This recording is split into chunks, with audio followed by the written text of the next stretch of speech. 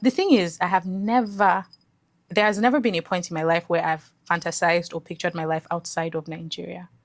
And maybe that's why, even when I was going for my master's, I didn't Japa. I went for school. Hi guys, welcome back to the Nigerian Abroad podcast. This is season 3. We have finally gotten to a third season and I have a wonderful guest with me. I'm the guest. You're the guest. Okay, so on the podcast, we usually talk about ways to Japa or what to do when you're living abroad, challenges that immigrants face and all that. But today, I'm taking it a little bit different. And I'm going to talk about the Nigerians that moved back from the abroad. Technically, I'm going to call this episode the Reverse Japa episode. And I have with me Oiza here. So would you like to introduce, I mean, I've said her name already, but would you like to tell us a little bit about yourself? Okay. My name is Oiza Alonge.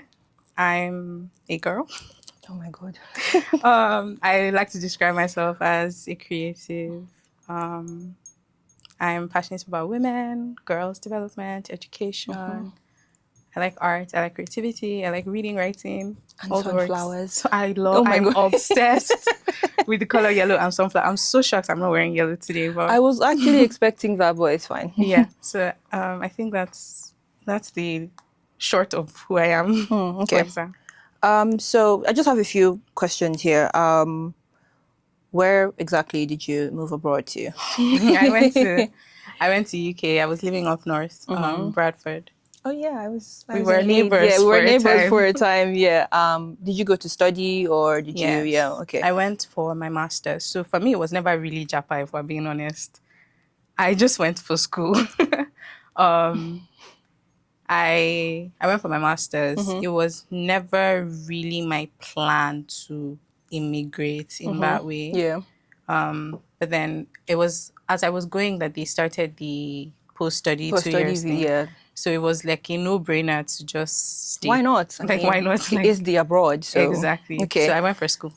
All right. So, okay, I was going to say what's your motivation for leaving, but you've already said that and all and stuff. So how long were you abroad before you started thinking about moving back? So what's the story behind that? Yeah.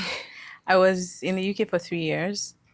I started thinking about moving back in maybe the start of my second year. I was already considering coming back. Homesick. Yes, that's actually what it was. To be fair, I was homesick the first week, but I don't think that was motivation enough for me to actually come back and all. So I thought about it a lot. I was fantasizing about coming back. Why? I missed home. That's but you simple. could visit. I was visiting. Okay, God, okay. I went in 2021. I think I came back home in September. So I went in January of 2021. I was back home in September. I was back again in December. Were you getting like British Airways miles and upgrading? Girl, I wasn't even thinking about miles. I was just coming home. Because I have a friend who travels at least twice a year back home. Homesickness, yes, but also like church programs and all. And each time she always gets upgraded by BA. I don't even know anything about miles. I just wanted to see my mommy. Oh my God. I just remembered. So there's a tradition on the podcast where I ask the guests what their name is and what Oyinbo people call you. Like what way, how is it trying to pronounce your name? Girl. I heard things. My name is Oiza. Someone called me Oyster once. Oh my goodness. I was so weak. I couldn't even believe my ears. It was mostly oyster, literally like the food. And then I had a manager. Well, it wasn't my direct manager, but I had a manager at work that always spells my name as Liza.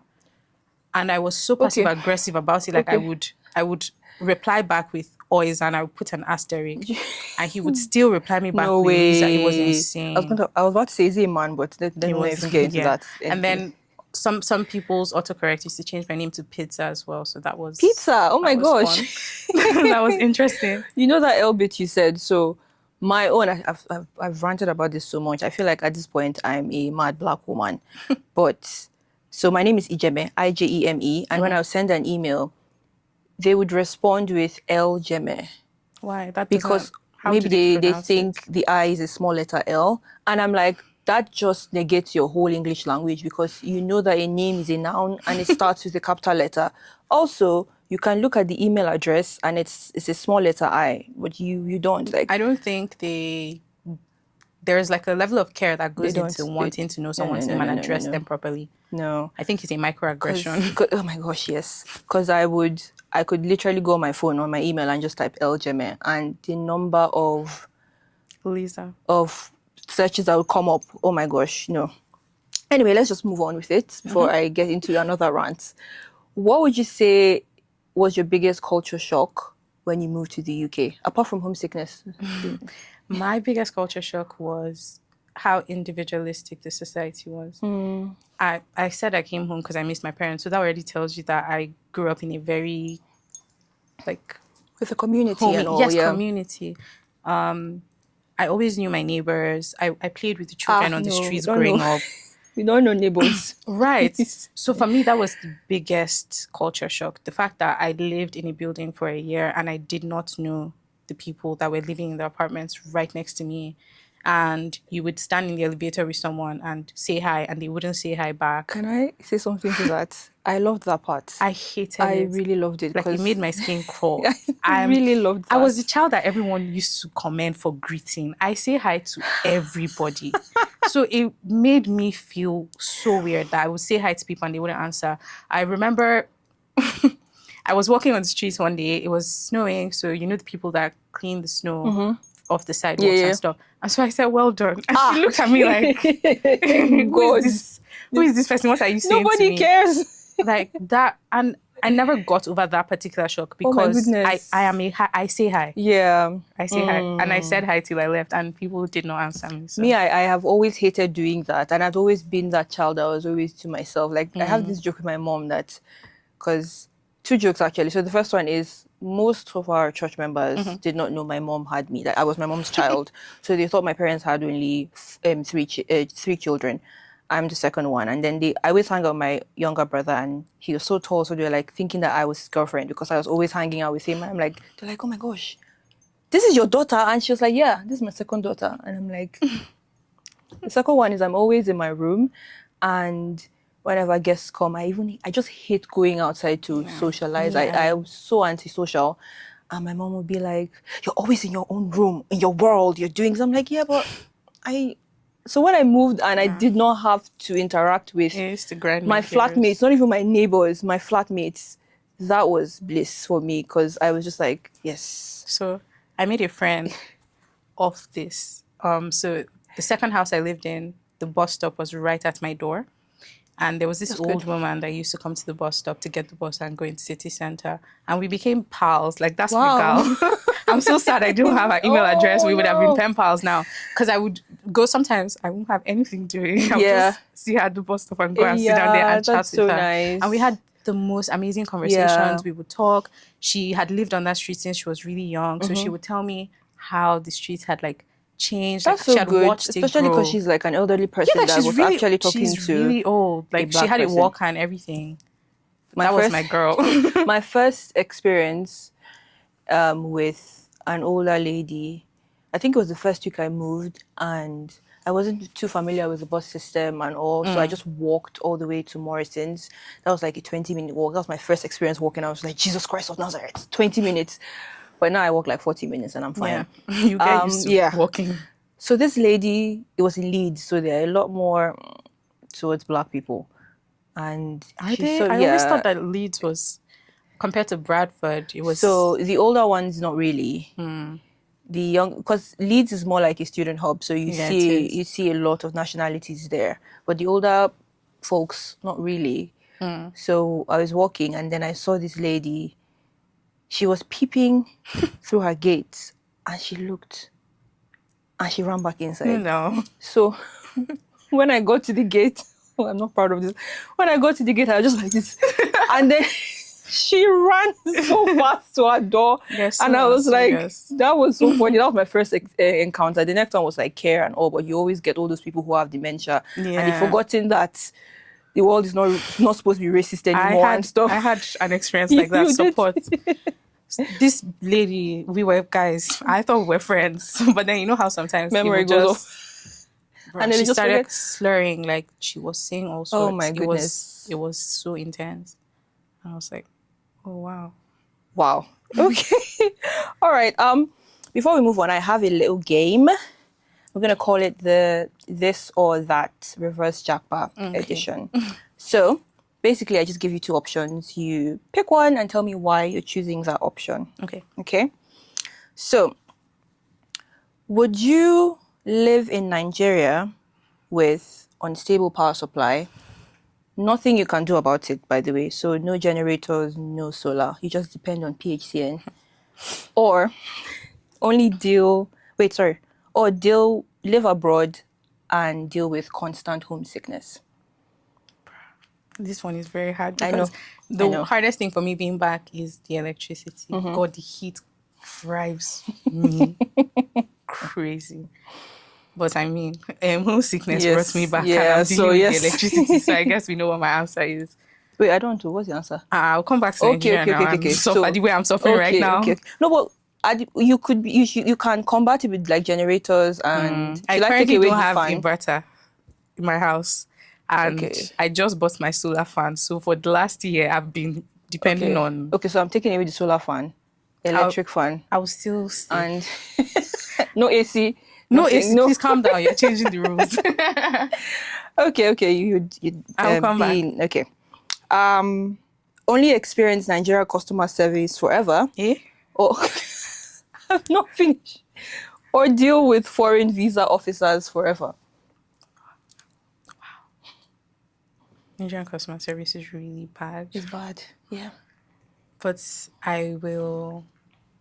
Because the foreign visa officers aren't that bad. The visa officers, I can't go out of the country. Yeah. Okay, all right.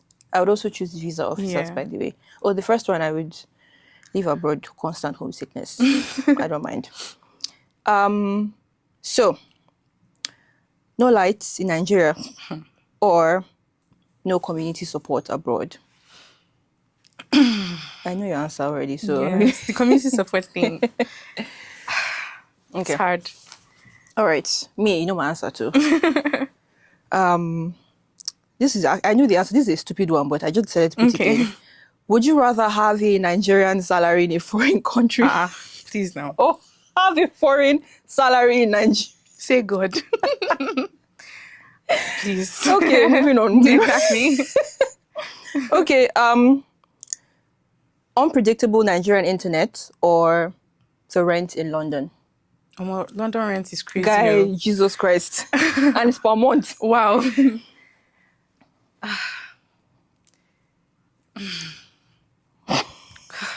MTN is also really something. Oh my goodness. So my EE SIM cards, like automatically, you're like, welcome to Nigeria, and the roaming network with MTN they choose. And I'm just like, why? What if I want to do Glow? In Nigeria, it's between the devil and the blue sea. None is really better than the other.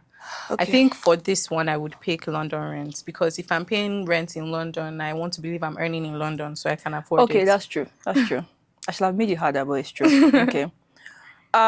Never experience winter again, or never experience the Nigerian rainy season again? I would choose Nigerian rainy season. I didn't really mind winter. I really hate the heat. Okay. My theory is when you're cold, you can layer. Oh my gosh, that's so true. Warm. But if you're hot, even if you are naked, anything. Guess what? You are still hot. You're still hot. So I would deal with winter. All right. Where am I? Have a fantastic social life in Nigeria, or a quiet, peaceful life abroad? And you know my answer already. So.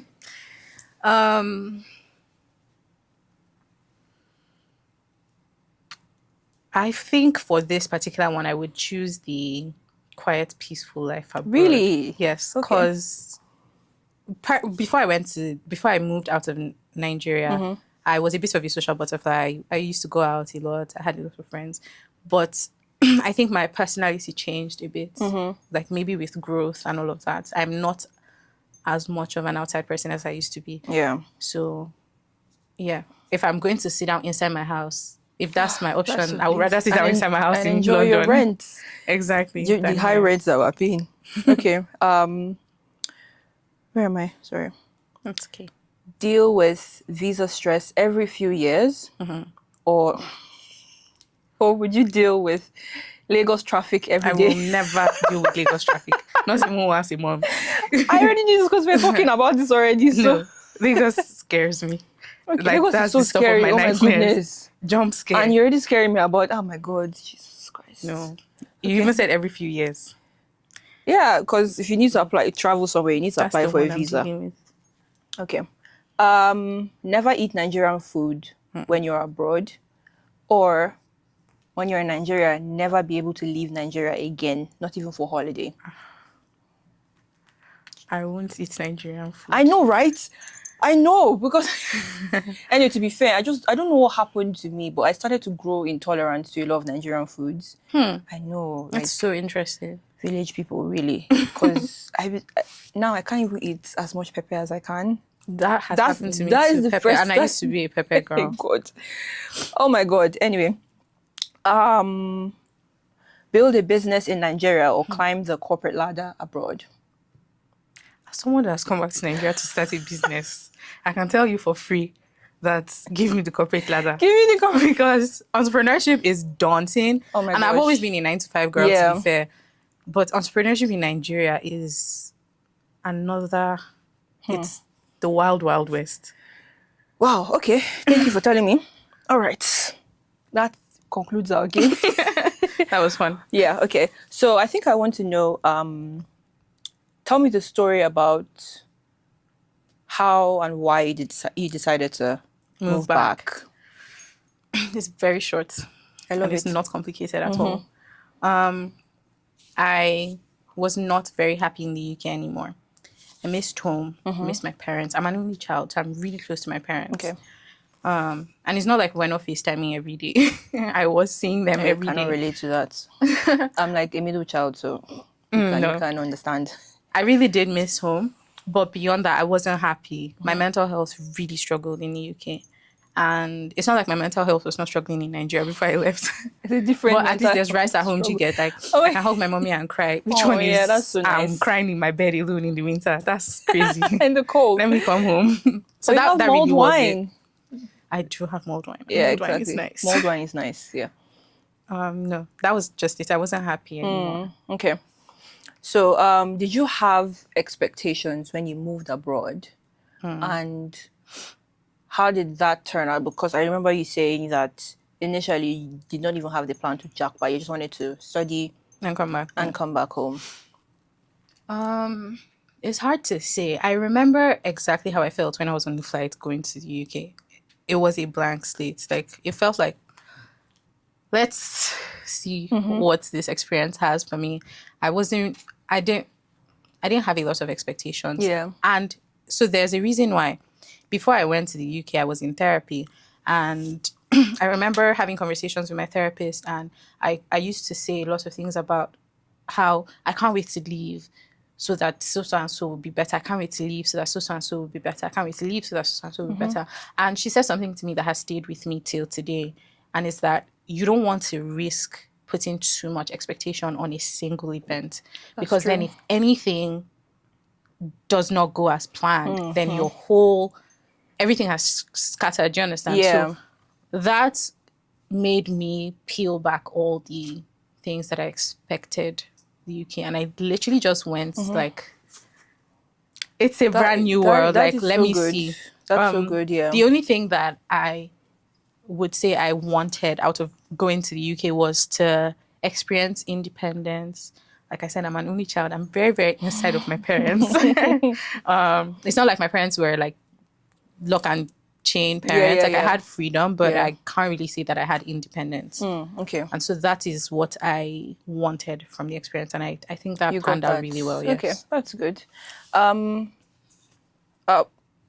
Was there a specific moment or experience that made you decide that I want to come back? You wanted to come, like something very, like maybe you had been thinking about it, like you had said before, but you were just like, at this point, okay, this is all the confirmation that I need.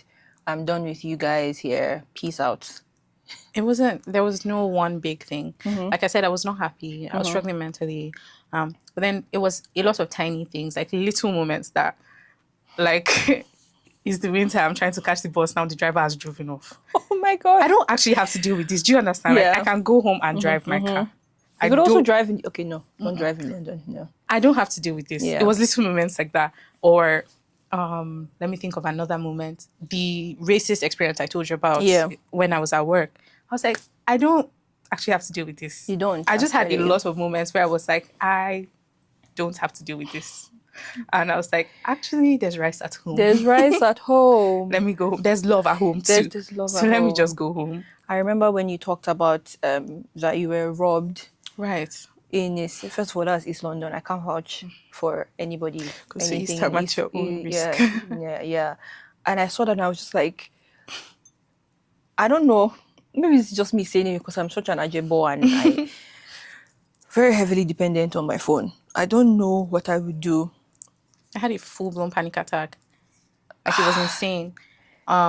So I walked out of the train station and I saw the guys that were going to rob me. It's so crazy. Like I say all the time, I saw them. I knew they were up to no good. I didn't think they were going to rob me, but I saw them see me see them. Was there a moment where you're like, caught eye I'm contact. abroad, so this is not going to happen? No, because I genuinely didn't think they, like, their weirdness had anything to do with me in particular. Okay. I just spotted them as shady characters. And so they were leaning on like the rack, railing rather, outside of the train station. So I stepped out and they all, like maybe three guys, they just all leaned off the rack and just walked towards me as if they were entering into the train station. But they just like surrounded me. It's like literally the stuff you see in movies. Yeah. Someone walked this way, someone walked this way, someone walked straight. And as they just passed and they all went in different directions. So they didn't leave together. And my phone was just gone. Guy. And I was just like, oh my God, my phone is gone. Like, that was so clean. I literally had a panic attack because I had come out of the train station. My friend's house wasn't far from the train station. So I was trying to walk to my friend's house to let her know, like, my phone is gone. Yeah. And I was delirious. Like, I walked past her house. She had to run out and be like, Oiza, like, you've gone past the house. And I go inside and I was hyperventilating. And I was breathing. And I like carried my, because I was talking to my parents on the train. So obviously I wanted to tell them, I've gotten here, but also my phone is gone. So I like used my laptop to FaceTime the like group and I'm like, guys, they just stole my phone. Oh my God. And my daddy can be annoying in situations like this because he was like, you're alive. I'm like, bro, that's not even what we're saying. My phone. It was terrible. Okay. Yeah, I think, you know, when people talk about how it shouldn't be like a bad thing if you decide to move back and all, and then there are people who are like, oh, no, it's bad. I'm one of those people. Because, like I was saying earlier, for me, it was a thing of what am I coming back to? Not in the sense of I don't have a family to come back to or something like that, but the career path, yes, opportunities and all. So the career path I had chosen at the time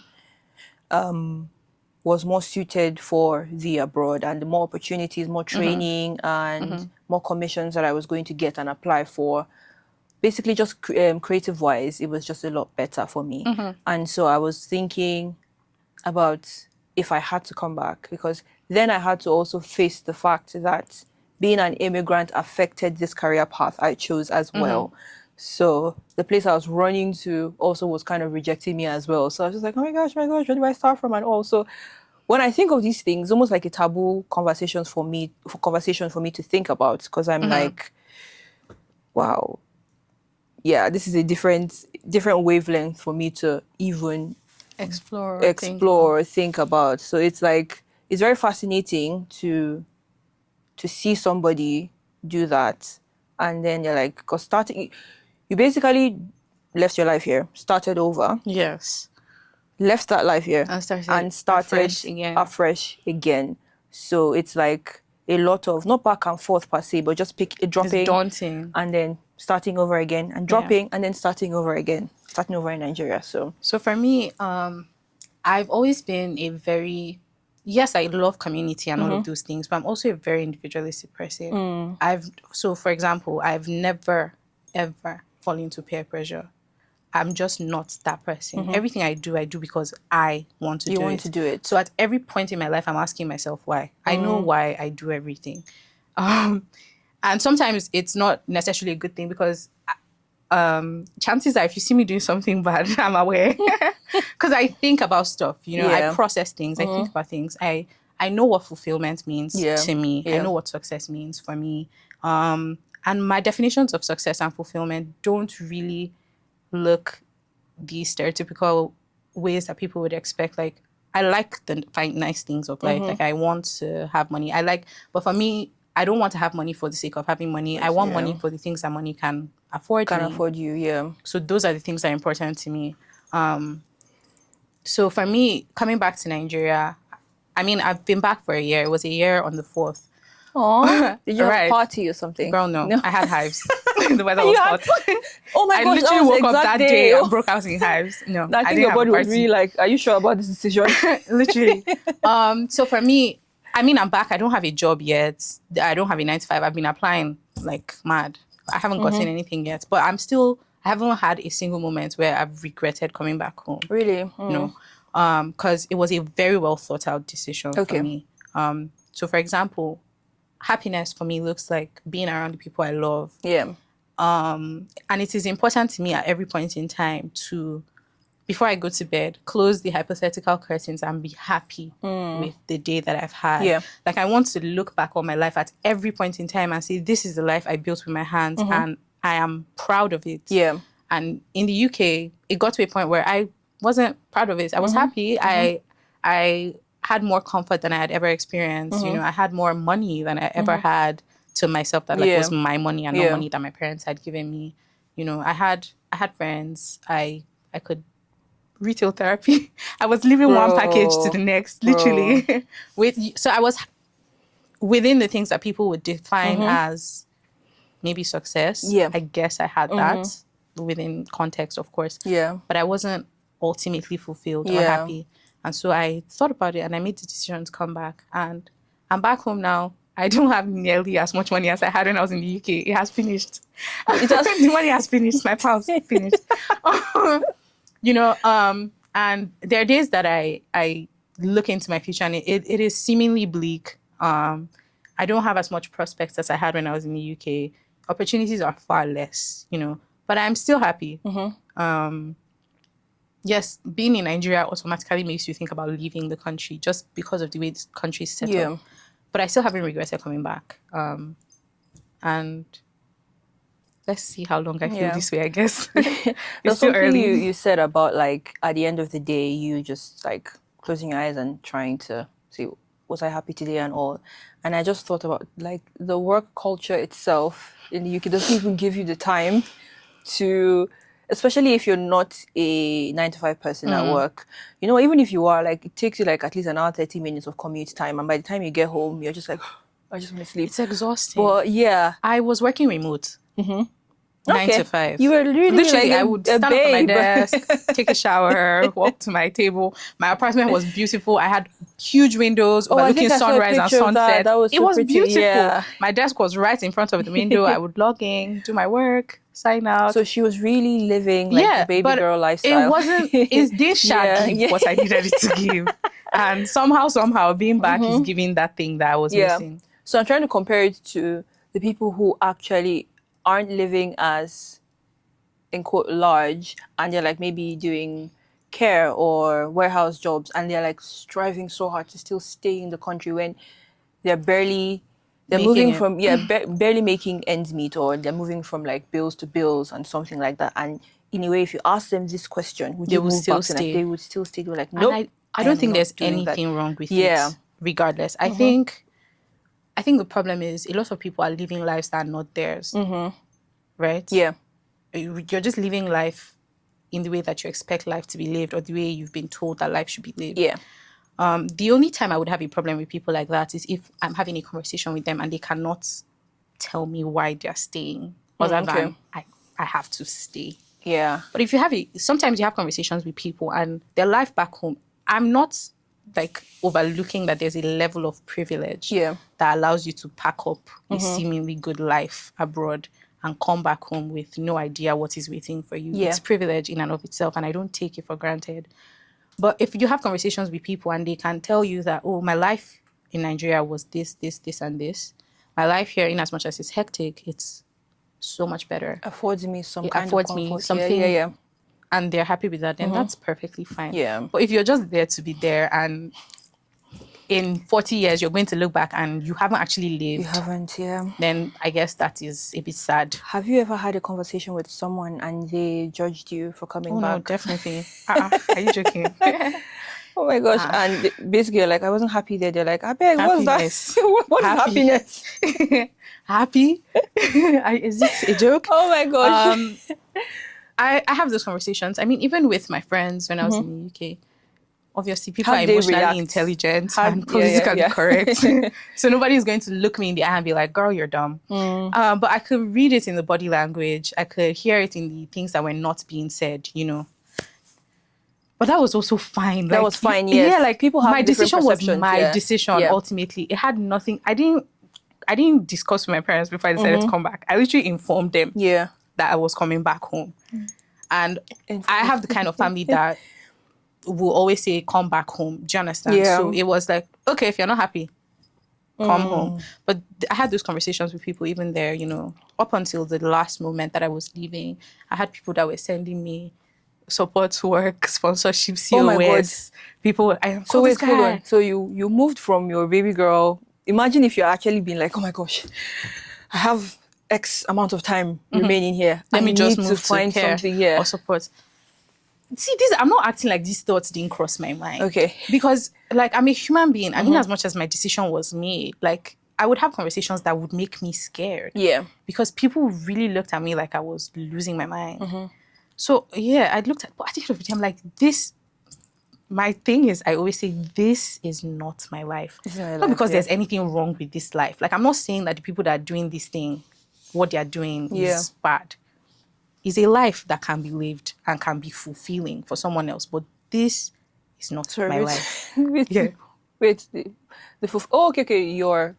I was thinking about maybe you meant the support work. Yeah, for some people, honestly, like, you know don't what? knock it until you know what? it. So I did care and support for a year, but that was when I was still in school and all. And I met this lady. She was the assistant manager of the care home. And she'll tell you she has been working that job for 30 years. Chill now. Wait. So she said she's originally from New Zealand and she got a divorce. And the money she got from her divorce settlement, she has 4 kids. She bought a house for each of them. And I'm like, how much did you even get? But that's not the point.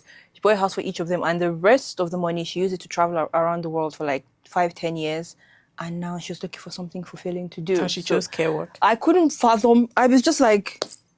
That's her life and it's fulfilling for her. But for me, that's not my life. I did support work. Yeah. I didn't do care, but I did support work for maybe a few weeks. I don't think I did it for up to 2 months. I will come back from my shift and call my daddy and be like, oh my God, you don't know what happened today. I was telling my mom, we see what they did today. Oh my goodness. So I was just like, this is not my life. Yeah. Honestly. That was just it. What do you think are some of the myths that people have about returning to Nigeria? Like things that people have said to you. I mean, apart from people like forwarding your job opportunities and like, at least just stay, do this one and just stay. But what else would you think like is a myth? Like maybe some people are faced with this decision and maybe deep down they know that it might not even be a situation of this is not my life. It might be a situation of don't fight it anymore. Like you can always find better opportunities and stuff. Yeah. What do you think is a myth and all? To be fair, I don't really know what the myths are because I didn't really lean into those conversations. But Okay. I would say the biggest thing I think for people is that they think coming back is inherently failure or like an admittance of failing. Like I went here, I did not succeed. And so I'm coming back with my shame. Yeah. I think that's It's subjective. also seen as shame because your people then come like, he'd not... And she couldn't stay. Could not stay. Yeah. What happened? Visa. Yeah. Like, and the culture around that, even here, not even there. Because when you come back home, it's like, you've carried your shame on your head, and you've come back, and people are like, what will you now do? Like, life is completely over. Yes. Like, it's something I've actually thought about. Things I think about, but to be fair, I don't think about it about other people. So let's say if someone else comes to me and they're like going back to Nigeria, I'll be like, oh my God, there's so much opportunity that you can have. But I don't think that about myself, and I'm yeah. just like, damn, no, man, like And I that's also failed. valid, Yeah, to I be know. honest. That's fair enough. Yeah. Okay. How would you say moving back has impacted your career, your Sure, lifestyle? you heard that I'm jobless. But Did you not hear when you're I an said entrepreneur. it? Okay.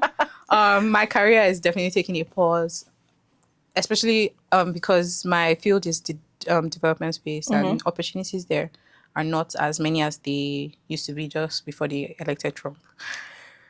So there's that. But I don't know. I'm still the person that will tell you when I grow up I want to be, because I don't think Oh it has yeah, really same. dawned on me that Oh I'm yeah, already same. Oh grown. my gosh, yeah. So yeah, I guess I'm still open to opportunities. My career is definitely taking a pause. I'm not idle. I'm doing a lot of things. I have my YouTube, I have all my other creative outlets. I've started a business. So yeah, but in terms of like career in that Yeah, because you've way, always seen yourself as that I would say it has career nine taken a to five pause. baby. But I mean, I do, to be very honest, like yes, I'm a 9 to 5 girl, but I feel like my whole life is just side quest. I love a good side quest. I love a good side quest. So Yeah. Okay. let's see. What about like the lifestyle bit? I wanted to ask you, so because me, the moment I landed and the heat just hit my face. You know when you open the oven and then you're like, That's literally it. how did you The are heat you is still crazy. coping? Yeah. I'm not even adjusting. Sure, I told you now. I broke out into hives on the 4th. 1 year anniversary. Girl. Lifestyle, I think, is what I've struggled with the most since being back. I just don't appreciate the fact that in Nigeria we have very low level problems. Like if I had big problems being back, I would rate it and be like, this is you Okay. chose Okay. this, deal with it. But like the problems I have are very low level. Like, and I think that's what irks me. Like, so I'm lactose intolerant, and my options Oh my god. for plant-based substitutes are very few. And that grinds my gears more than it probably should. I just don't appreciate that. I went to Ebano the other day to buy salmon, and the piece I carried was 85K. Nothing should ever be that serious. You know, like frozen Oh my fruits should goodness. not cost me. Like I hate that simple things are luxuries. I think Yeah. that has been my biggest, and of course the light. My light is so bad. Like I'm not in band A, so I don't have a lot of light. I'm happy that I'm I not did paying not an arm understand and what a this leg band for A, light, but band B was or whatever. I went home. So my family home is in Kaduna. So I went home. And then my sister is married. So I found out that she has more light in her house. So I was like, wow, like, I'm going to stay in my sister's place. And they're like, oh, she's band A. And I'm like, I thought that was like a slang or something like that. And then we're like, no, really, this is band A. And I'm like, what does that mean? right. Like no light, and And also, like the light thing, honestly, that's my biggest thing. I hate the fact that I still forget to charge my phone. So there will be light all day and it won't occur to me to charge my phone. Then the moment they take light, I'll see 10% and I'm like, do you know what I did? I came with 3 power banks, but then I was shocked because there was band A light. So I think just like, that is this playing? oh my So goodness. I think Okay. that's the biggest thing for me, light Okay. and So looking back, what would you have done differently? Like if you, let's say, had the opportunity to stay, like in the would you UK. in the UK, would you? I mean, so to be fair, like I made the decision to come back home, but there was one thing that actually like made me actually come back home. Okay. I had decided I was going to come back home, but I was working, like I said, I was working a 9 to 5 job that I really enjoyed. It was good work. And I was working with a company that was supposed to sponsor my visa. It was the agreement we had when the recruiter reached out to me to hire me for the position. When you're done, I have something to say about this, but Right. Like it was one of the first things I said to the recruiter when he reached out to me. And it was one of those jobs I didn't apply to. I got recruited for Yeah. the job, you know. And it was one of the first things I said to the man on the phone. And it was an agreed thing, you know. So I wouldn't be 100% honest to say that if my visa panned out, I would have come back. Maybe I would have come back later. I don't think I would have come back when I did. For Yeah. example, my visa was expiring in August, but I came back in April, so well before my visa expired. So if my company ended up sponsoring my visa, I probably would have stayed. Because why not? Okay. I wonder why companies do that because you're not the first, second, or third person that said like we were promised visas, and and then then at the end of it, so it's always a case of we don't have our license yet, yeah. and we hope to get it soon, but just come on board. So this company had their license. Okay. They were going to sponsor me. Everything was out. So I wasn't the only person that was affected in my company. I had a friend from Pakistan that went back, someone from India that went back as well. What happened was this company was in the process of raising funds, Okay. and they weren't able to raise like they thought they would. Instead, a bigger company acquired them. So obviously, process of acquisition, while they weren't merging the businesses, like they allowed the company I was working for to continue like working as themselves. Like they Yeah. didn't change identity or anything. They did put some pauses on like financial expenditure. So sponsoring visas was one of those things that had to pause. And so they then prioritized like maybe core tech positions, which they were just saying, they were just yapping because there was nobody in any core tech position that Tech. needed a Yeah, sponsorship. maybe that's why they should said have it. just given me that visa. Maybe that's why they said it, because you're like, okay. Exactly. Yeah, okay. So that's what happened. But also I knew like a year ahead from when I came. So I guess what other people would have done in that situation would be look for other Look jobs for or other try to get jobs. another visa. But So me, you I was were just like, really not the bothered. universe have said I should go home. I wanted to go home anyway. The universe. Let me go home. You're really not bothered I about. started shipping my things to Yeah. Nigeria. Wow, you already started doing that. Girl, Oh my gosh. Okay. I, You're I didn't really. renew my lease. I moved in with a friend when my lease expired. I shipped all my things to Nigeria. Wow. Okay. Yeah, Yeah. she was ready. So even if there was an opportunity that had come afterward, you'd be like, nah, No, nah. I'd already bought my Yes, ready. flights. Okay, so what advice would you give for Nigerians who are considering Coming back, coming back? I would say just make sure it's a decision that you're making for yourself. Like, I'm not even going to say have a plan, because Yeah. what really is a plan in Nigeria? True that. But just make sure that it's a decision that you can live with. Yeah. That like you would go to bed and sleep. Not that now you're having sleepless nights, you had to English fish. Yeah, true. Make it a decision that is for yourself. I think Okay. that's the biggest I thing. think that's really, really good advice, because there's fear around uncertainty.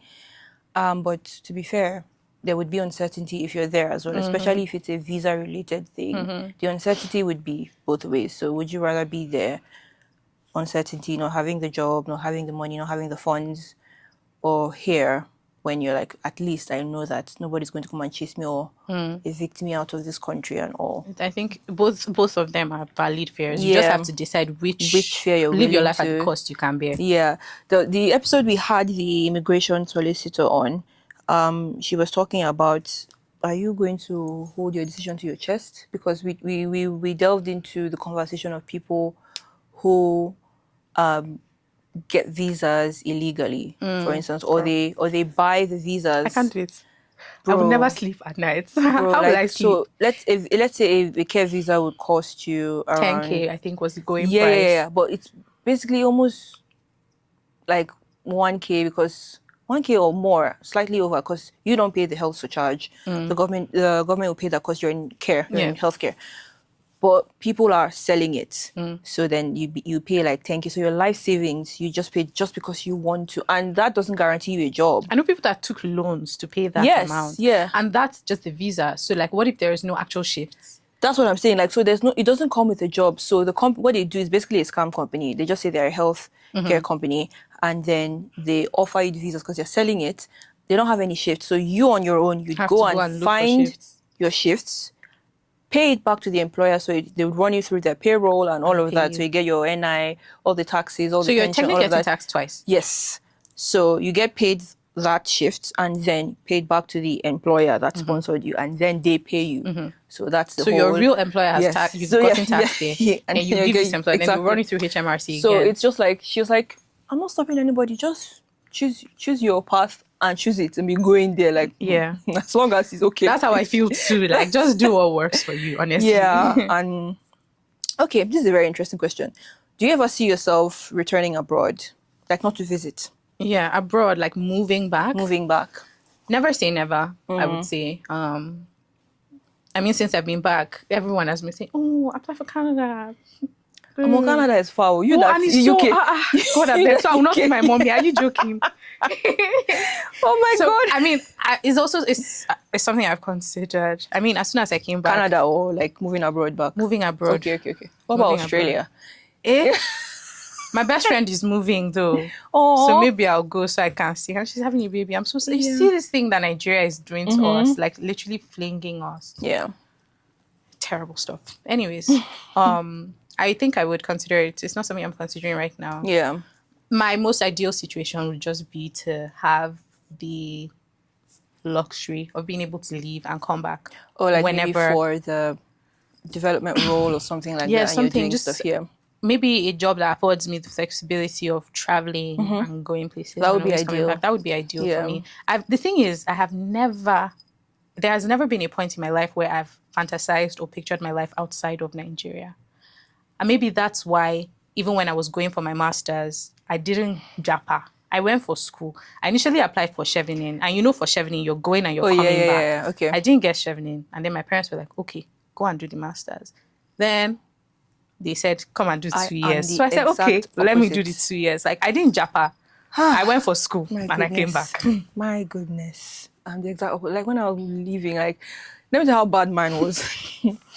I stopped using any of my Nigerian accounts. So like, you're so my, serious. but that was more negligence on my side. Really. Yeah. Like what my bank accounts, my phone number. Like when I not really needed, like my NIN was such a huge issue because I needed to start like tracing and all. Cause I did my NIN the first time they introduced it. Like that was almost 10 years. I'm not sure of the exact, but I know that I was just entering into university. But they told me to wait before I get the number. So I'd already done it. But I just completely forgot about it because I was like, I'm moving abroad, I beg, I'm not going to need it. And I just woke up one day and they were like, you need NIN to blink in this country. So whatever you need to do, even getting You're a train saying ticket that- from Abuja to Kaduna, Yeah. I couldn't. So my dad was like, he's going to register me as a minor under him. But I'm like 20 something. So that was such an issue. And I was like, okay, I need to get this done. I needed to renew my passport. They're like, where's your NIN? I'm like, wait, You guys are serious. guy. So like that's how serious I was Yeah. about like not I coming think for back me it was or the any. opposite. Yeah, no, I was still very inside of my Nigerianness. Mm-hmm. Like, I had all my things running. I had everything. I was planning to come back. For on me it some was. level. I think I felt more at home when I traveled than I felt since I've been in Nigeria. Since I was built a born. beautiful life for myself in Yeah. the UK, and sometimes I miss that life. It's not like I lived a terrible life. Yeah. I built a life that was mine. Maybe for the first time, like in as much as I miss my life back in Nigeria, I can't say that the life I've come back to is the life I left. Yeah. Because I'm not the person that left. I'm grown. I've changed. Yeah. I built a beautiful life in the UK. I enjoyed my life. I enjoyed my routines. I enjoyed the little quirks that my life had. But I guess maybe the overarching thing was that I wasn't happy, and I'm committed to always building a beautiful life for Yeah, myself. yeah. So maybe because the things that constitute beauty for me are not I the like this little life. Thank you so much. Like, yeah, maybe the things that constitute beauty for me are not the things that one Yeah, would expect, So It was maybe I would leave again. maybe I don't yeah. know. I think it was even little things like always having to greet your elders. Like I found that physically uncomfortable even before I traveled. So going somewhere where you didn't have to greet anybody felt like so amazing. it felt amazing. Like from 6-7 years old, they're like kneel down, greet this person. Like little things like that always bothered me, and I'd always told my parents that I was going to go abroad. Like I don't know how it was going to happen, but I was always going to go abroad. So when I got there, even like speaking to my boss that is way older than me, not having to say, ma, let me carry your bag.